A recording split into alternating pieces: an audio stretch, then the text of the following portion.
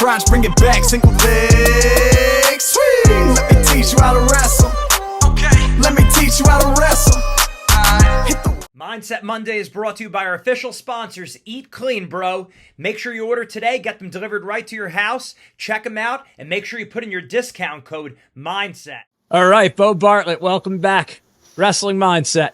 How you doing? I'm pretty good. Just watched some World Team Trials. I'm feeling pretty amped right now. Oh, yeah, man. If you can't get excited for this kind of stuff, I don't know what you can get excited for. Just watching David Taylor get that pin at the end. Nuts. Really good. Against a guy, world medalist. Defending world medalist. So, yeah, no, great stuff. What were some of your favorite matches watching this week? Favorite matches? Really all of 61 kilos. That was really interesting to watch. I had no idea how anything was going to play out. Just because that's one of the closer weights. The upper weights are exciting too, but as a 65 kilo, 61, and then 70, those are my favorite weights to look at. So just watching those the whole time. 17-year-old Marcus Blaze really put it on, so that was impressive. That's unbelievable. Guys getting so good at a young age, and I mean guys like yourself too, being really good at a young age. What is that? What do you think is going on in American wrestling that guys are able to compete at that kind of level so young?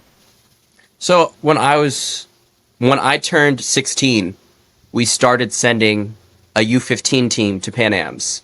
So when I was growing up, there was no U15 Pan Ams that we were going to. It wasn't a thing. And even before that, there was a time when we didn't have a U20 team, a U17 team. So as we implement more teams, right, more kids are starting to train for that international competition. As more kids train for that and coaches are ready to coach for that, I think when you start preparing for that level sooner, everyone starts getting better quickly. So it's really nice that we have these U15 stars, U17 stars, U20 stars, and everyone, like every age level has like a group of wrestlers that are just like moving on and then trying to break into the next one. And then sometimes a younger one kind of sneaks up on them. And it's just like it's a constant battle of everyone wanting to get good instead of just trying to the typical progression of wrestle folk style, go to college. And then if you have a way to make it work out financially to where you can train freestyle, then you train freestyle and then you really get into the freestyle game. But now people are able to get into it earlier. So it's just timing. Absolutely. I mean, obviously, everyone's going to want to know exactly what does the exact Penn State preseason look like, but we know we keep things secretive a little bit over there. So what can you share with us with what you guys are doing?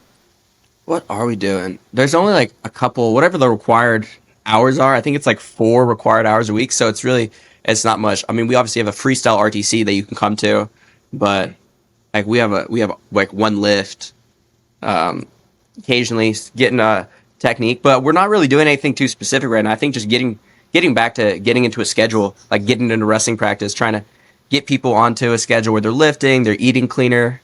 Most of our team is certified, like weight certified already. And so I'm proud of that. I was the first one to do it. And actually, all of NCAA wrestling, first one to certify.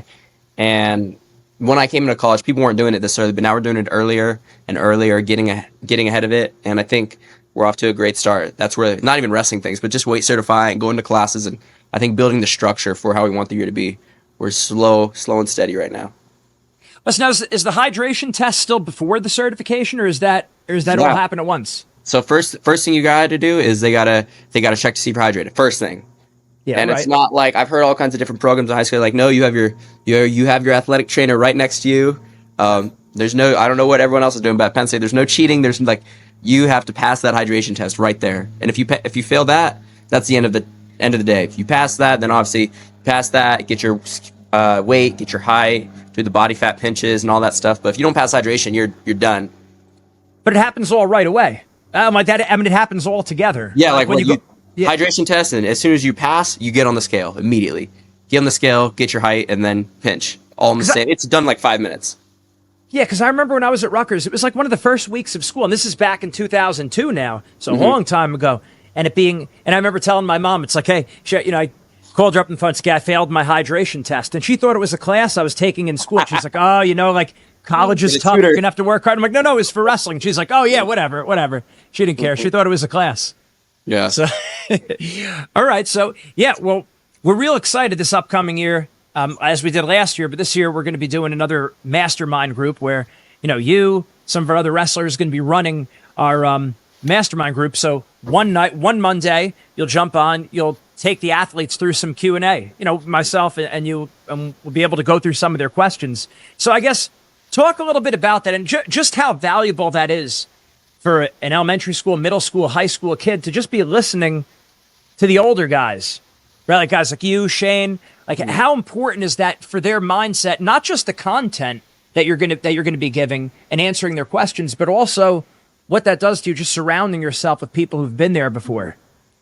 I'll answer this in my using as how I think about it, and then I'll try to I'll simplify it so that some younger kids can try to understand. So if you're an adult, if you're a coach, a higher level wrestler, just understanding that curiosity, the process of being curious and thinking and looking to seek out more knowledge, it improves your neuroplasticity in your mind, and it brings dopamine to you. And as a result, it's like it feels rewarding to learn, and it's like it gets the ball rolling when you're curious and looking to learn more and like seeking out more knowledge, and it makes it easier to learn because it's like it gets the ball rolling and it makes you happier, like dopamine. So it is good to learn. Seeking out more knowledge is really good. And once you want to learn, that's when you can start learning. If you don't want to learn, it's going to be very difficult to learn. You think about going to a class that you don't want to be at, or starting a job that you don't want to be at because you have to make some money, like that type of thing. You're not going to get as much out of it. And then for kids, thinking about that, whatever kids are looking towards, they haven't experienced much, right? Everyone older than you has experienced more than you. So they have more experience, more life experience. So asking someone that's older than you from their experiences, maybe it's, what do you eat before a tournament? How do you train? How do you scout guys? Like, how do you level up in the off season? Like, what can I do? Older guys have more answers for that. They have what worked for them, what didn't work for them, and picking someone's brain. Like, you don't have to figure out all the answers by yourself. You don't have to reinvent the wheel. People have the answers somewhere. And I think the more you seek it out, like, you're more likely to find what you're looking for. Yeah, absolutely. That whole you get the answers, but it's also just being around high level people. It's like both of those things. Mm-hmm. So, I know you do clinics. What are some of the top questions that people ask you? I mean, I guess there's some kind of like basic fun questions. Who do you want to wrestle? What was your toughest match? But they probably also ask you some more thought provoking questions. Share some of that. Mm-hmm. I've gotten a really good question recently at a couple camps, and then on TikTok a lot. One guy commented this, and it got maybe 1,000 likes, and all kinds of different kids are replying to him in the comments back and forth, and it's really interesting hearing what they have to say. The question was, hey, Beau, why do you love wrestling? And that answer has evolved over time, but I think it's really important. Yanni talks about know your why. I think he speaks on that a lot, and I used to see that, and I never really thought much about it, but it really is important. That's very mature thinking. Think about like knowing why you're doing things, why you love wrestling. And I tell kids all the time, like why I love wrestling. It's changed. Growing up, I loved wrestling just because that's what I did. It was kind of like, hey, why do you love air? Like what? It wasn't much. It was a very surface level answer. It's there. I've always wrestled. My dad wrestled from a young age. I wrestled, and that's like really from a young age. I was like, there's no ceiling. Like wrestling is going to be the route. That is what I'm going to do. I've known that forever. And then eventually I got more competitive once I started getting into national tournaments. And it was like, I love wrestling. Or it wasn't I love wrestling. I was like, I love winning. I love the spotlight. I like the fame, the limited fame there is within wrestling. I like all that. I like the attention. I love that. That's what I loved. And then over time, I lost, I won, and figured out why I love wrestling. And now the simple answer, the simplest way to put it, I'll dive into it a little more, but it's just, why do I love wrestling? It feels like what I like doing most. Like it is what's natural to me. I'm able to push myself. It's an honest evaluation of myself. And really what that is, it's fun learning new skills for me. Finding ways to make the pieces fit, because not everyone has the same pieces. Not everyone's trying to build the same thing, but taking time to build upon my strengths and find my weaknesses and wrestle alongside people, like everything about wrestling, even things like weight maintenance, tracking calories, things like that. It's not starving. Don't do that. But adopting healthier eating habits, adopting cleaning up a lifestyle, getting to bed better, good relationships, being honest. Like every wrestling encompasses like just almost everything there is within life for me. So it's like a good vehicle for just being a better human. That's what wrestling is for me. Absolutely. Yeah, it grows. You're right. Like at a young age, we're inserted into the sport now from younger and younger, 4, 5, 6 years old. So these kids, just a part of their life. So they, a lot of times they're not even wondering why they do it. But then over time, the better ones are going to have a why that's going to extend beyond, my parents are making me do it or even winning, but a greater like existential reason why this is for me. Mm-hmm. Yeah, no, it's good stuff. I got a question for you. As you were talking, the wheels are going in my head. The time is now to take your mindset to the next level with Wrestling Mindset. Make sure you go to our website, wrestlingmindset.com, and sign up for your free trial session today. Don't wait any longer. You want the mental edge right now.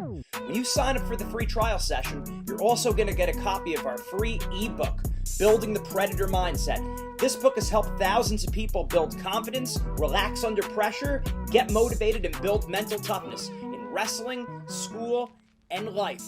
Make sure you sign up for your free trial session today. What is most rewarding for you with working with young kids? So I think it's two things. One, I really like seeing people figure things out. Like you can see when something clicks in someone's head. And it doesn't have to be a wrestling move, but it can be just seeing the growth. It's such a quick it can be such a quick progression. You can teach people a lot of things when you're dedicating an hour or two. You're just there and there, especially if they want to learn. Even if they don't want to learn, a click can be them just being excited to do a move, or seeing as I've grown up and continue to keep growing, being more, what's the word? Being more aware of what's going on and being aware of like how I'm learning my own growth, being able to see other people grow in such a quick time frame is really awesome. Seeing like lessons that I learned way back and being able to give back and help someone learn that right then and there is really cool. And then also some nostalgia. It's really cool. It reminds me of being that young kid when I get to see them do that. And it reminds me of being that little kid with my dad or my mom taking me to tournaments, hanging out with friends we're all doing completely different things in life now. Some of them are wrestling, most of them aren't wrestling, but we're doing all kinds of different things. But it puts me back to that place, and it's like a childhood memory when I'm coaching. It makes me happy. Awesome. Can you think about two other questions that just came to me? Yeah. And you could answer in either order. Can you think of any examples when you were younger, when you were a kid, and an older wrestler who was successful that you looked up to, a piece of advice they gave you that really helped you?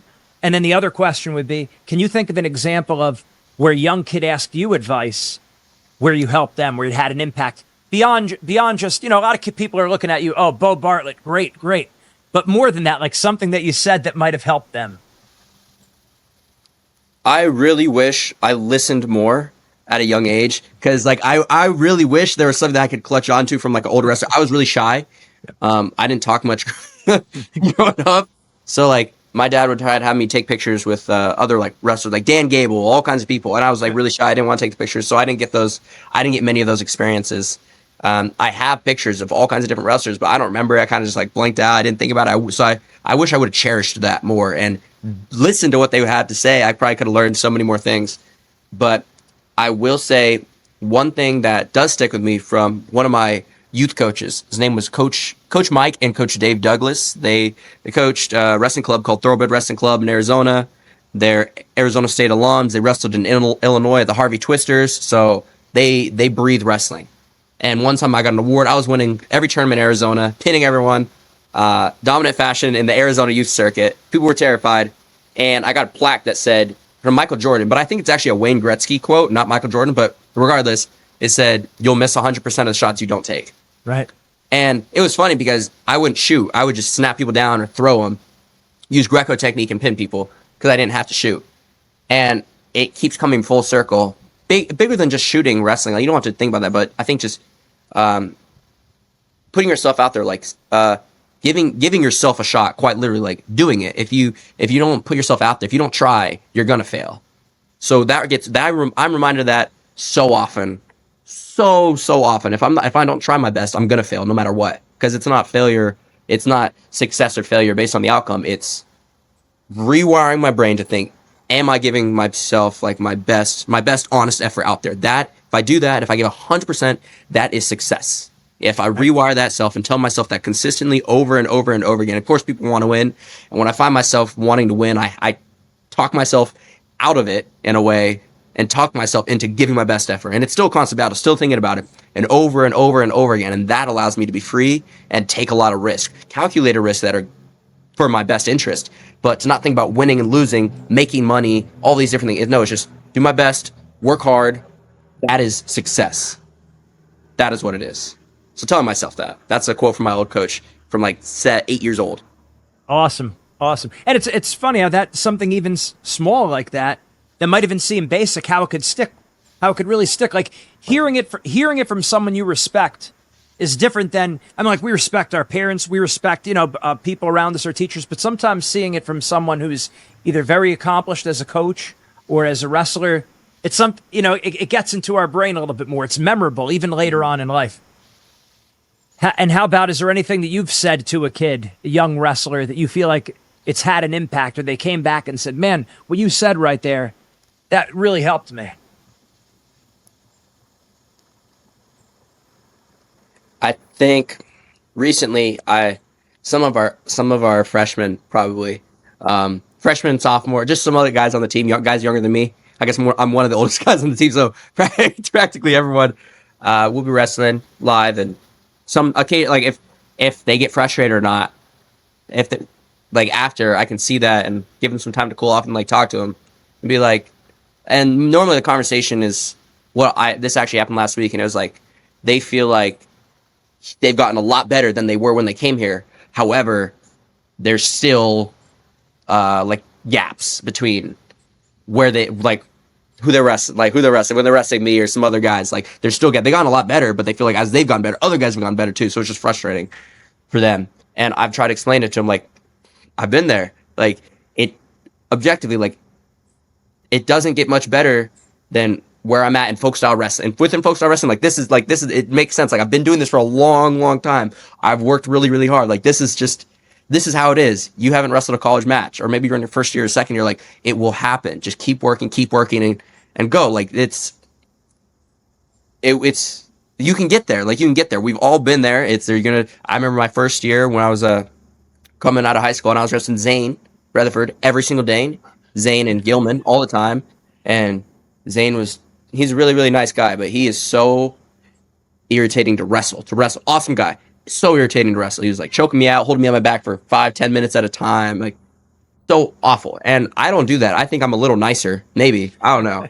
But just understanding the process is it's okay. It's not going to be overnight. You just got to stay persistent. And I tell these guys, like, I am having to go like harder and harder with you. Like, I'm going 100%. That's why I'm trying to get better. And by me pushing the pace and wrestling as hard as I can, we're all going to get better. If I go 70% and try to like let you do things, like, one, I'm going to form habits, and I've done this for so long. When there's younger guys in the room, I won't go as hard to just kind of like, for my feelings, like, I like them. They're my brothers. They're awesome. I'll go lighter to try to like help them, maybe let them get on my leg, and then like we kind of wrestle from there. But ultimately, that makes my reaction slower. That makes me less offensive, and that's not good for me. And then it gives them an unrealistic perception of what it's like. So I know I have to go 100%. It's my job. They deserve 100%.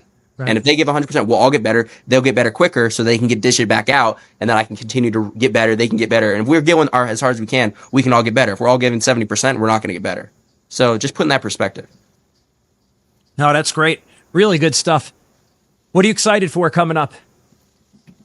Man, every day's been awesome. Like, I'm excited for tomorrow's practice. We're going to get tomorrow's our live day, so I love it. I'm excited to push the pace.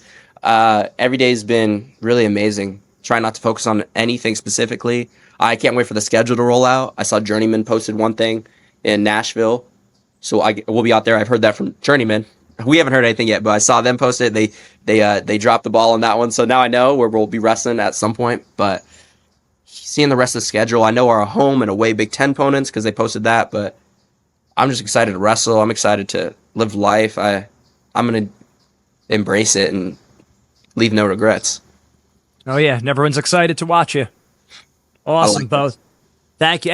Any flips coming up, or are you going to hold off on the flips now to wrestle? Yeah, no flips. I think I've been slowly backing off from flips. I feel like I did every flip I know how to do, and I slowly started learning some more, and they're just like hard. It's really hard in the body. I've tried it. I can do back flips and front flips, but I wasn't getting the creative fulfillment from just doing flips. It was cool. I think I became known as the flip guy, but I think eventually, no matter what, you kind of gotta break out that bubble. So I've been trying to do more creative things because I want to make more videos.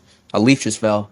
I want to make more videos in the long run, more creative videos. So I've been trying to tap into that slowly, like one video a week, and really showcase, because I really like videography, I like editing, I like sound, I like all these things. So finding a way to be a little more creative instead of just click and record and flip, but tell a story, tell a narrative, because there's some cool things I want to do down the line. I'm getting practicing right now.